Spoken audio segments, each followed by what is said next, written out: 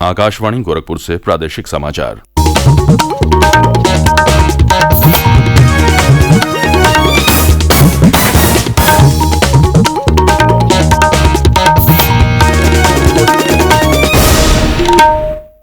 नमस्कार, समाचार बुलेटिन के साथ मैं विकास राय। पहले मुख्य समाचार। 18वां G20 शिखर सम्मेलन आज से नई दिल्ली में होगा शुरू।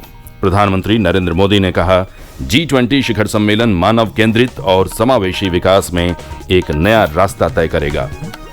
मुख्यमंत्री योगी आदित्यनाथ ने गोरखपुर से प्रदेश में मेरी माटी मेरा देश कार्यक्रम का किया शुभारंभ। कहा, ये कार्यक्रम माटी को नमन, वीरों को वंदन करने का अवसर। मऊ की घोसी विधानसभा सीट पर उपचुनाव में समाजवादी पार्टी के सुधाकर सिंह ने भाजपा के दारा सिंह चौहान को 42,000 से अधिक मतों से हराया। और प्रदेश के कई जिलों में दर्ज की गई वर्षा। मौसम विभाग ने पूर्वी उत्तर प्रदेश के लगभग सभी स्थानों पर आज और कल वर्षा होने की जताई संभावना।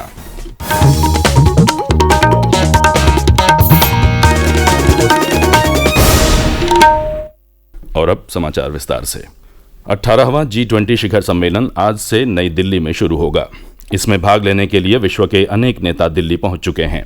इनमें अमेरिका के राष्ट्रपति जो बाइडेन, ब्रिटेन के प्रधानमंत्री ऋषि सुनक, जापान के प्रधानमंत्री फोमियो किशिदा, अर्जेंटीना के राष्ट्रपति अल्बर्टो फर्नांडीज, कनाडा के प्रधानमंत्री जस्टिन ट्रूडो, ऑस्ट्रेलिया के प्रधानमंत्री एंथनी अल्बानिस, मिस्र के राष्ट्रपति अब्देल फतेह अल सीसी, ओमान के सुल्तान हातिम बिन तारिक, दक्षिण अफ्रीका के राष्ट्रपति सिरिल रामाफोसा, रूस के विदेश मंत्री सरगेई लावरोव और संयुक्त राष्ट्र के महासचिव एंतोनियो गुतरश शामिल हैं। हवाई अड्डे पहुंचने पर पारंपरिक भारतीय लोक नृत्य और संगीत के साथ उनका भव्य स्वागत किया गया। 2 दिन के शिखर सम्मेलन में खाद्य और सुरक्षा से लेकर स्वच्छ ऊर्जा अपनाने और जलवायु परिवर्तन तक कई मुद्दों पर विस्तार से चर्चा होने की उम्मीद है।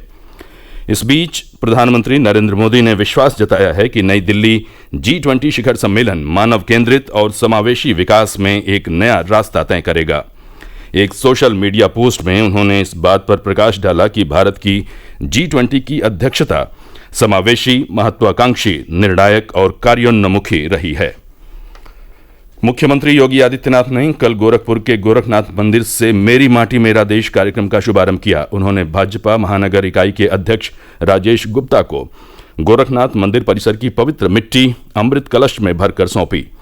इस अवसर पर अपने संबोधन में मुख्यमंत्री ने कहा कि प्रधानमंत्री नरेंद्र मोदी के यशस्वी नेतृत्व में भारत ने अपनी आज़ादी का अमृत महोत्सव पूरी भव्यता और दिव्यता के साथ आयोजित किया। उन्होंने कहा कि प्रधानमंत्री मोदी ने नए भारत के 140 करोड़ लोगों को अगले 25 वर्ष की एक विस्तृत कार्ययोजना के साथ आगे बढ़ने का अवसर दिया है। उन्होंने कहा कि मेरी माटी मेरा देश कार्यक्रम अपने वीरों और अपनी विरासत पर गर्व करने का अवसर है।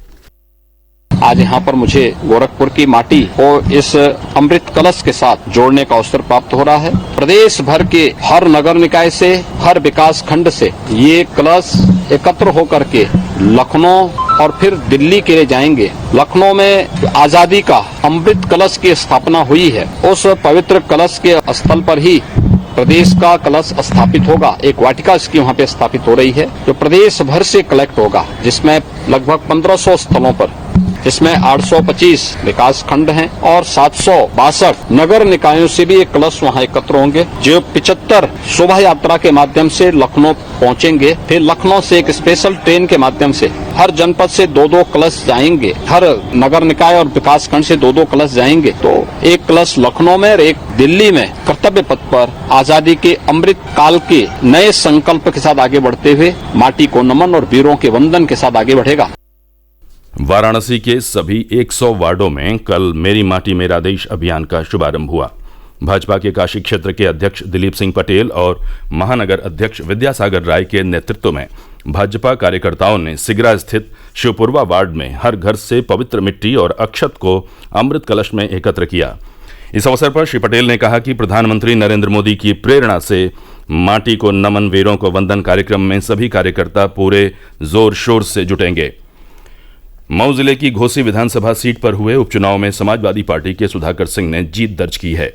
उन्होंने निकटतम प्रतिद्वंदी भारतीय जनता पार्टी के दारा सिंह चौहान को 42,000 से अधिक मतों से पराजित किया। उपचुनाव के लिए 5 सितंबर को मतदान हुआ था। दारा सिंह चौहान 2022 के चुनाव में समाजवादी पार्टी के चुनाव चिन्ह पर विजयी हुए थे। हाल ही में वे समाजवादी पार्टी और विधानसभा से इस्तीफा देकर भारतीय जनता पार्टी के साथ चले गए थे। उनके इस्तीफे के बाद यहां उपचुनाव कराया गया, जिसमें उन्हें हार का सामना करना पड़ा। प्रादेशिक समाचार आप आकाशवाणी गोरखपुर से सुन रहे हैं। ये समाचार बुलेटिन हमारे YouTube channel AIR news Gorakhpur और ट्विटर हैंडल AIR न्यूज़_GKP पर भी उपलब्ध है। भारतीय जनता पार्टी के उम्मीदवार और पूर्व उप मुख्यमंत्री डॉक्टर दिनेश शर्मा राज्यसभा के लिए निर्विरोध निर्वाचित हुए हैं। भाजपा के पूर्व राज्यसभा सदस्य हरद्वार दुबे के निधन के कारण ये सीट रिक्त हुई थी। उपचुनाव में केवल डॉक्टर दिनेश शर्मा का नामांकन दाखिल हुआ। कल नामांकन वापसी के अंतिम समय दोपहर 3 बजे निर्वाचन अधिकारी ब्रजभूषण दुबे ने डॉक्टर शर्मा को निर्विरोध निर्वाचित घोषित किया। लखनऊ स्थित विधानमंडल भवन के सेंट्रल हॉल में निर्वाचन अधिकारी ने डॉक्टर शर्मा को राज्यसभा सदस्य निर्वाचित होने का प्रमाण पत्र सौंपा। राज्यपाल आनंदीबेन पटेल की अध्यक्षता में कल लखनऊ के राजभवन में Uttar Pradesh police armed forces सहायता संस्थान लखनऊ की प्रबंध समिति की 40वीं बैठक संपन्न हुई। बैठक में राज्यपाल ने Uttar Pradesh police armed forces के स्वर्गीय कर्मियों के 9 आश्रित लाभार्थियों को 3-3 लाख रुपए की टर्म डिपॉजिट की रसीद प्रदान की। राज्यपाल ने Uttar Pradesh police armed forces के स्वर्गीय कर्मियों के आश्रित लाभार्थी गणों का डेटाबेस तैयार कर उनका रिकॉर्ड रखने के निर्देश दिए। उन्होंने कहा कि अधिकारीगण आश्रित परिवारों के संपर्क में रहें और उन्हें मिल रही योजनाओं के लाभ और सहायता के बारे में जानकारी रखें।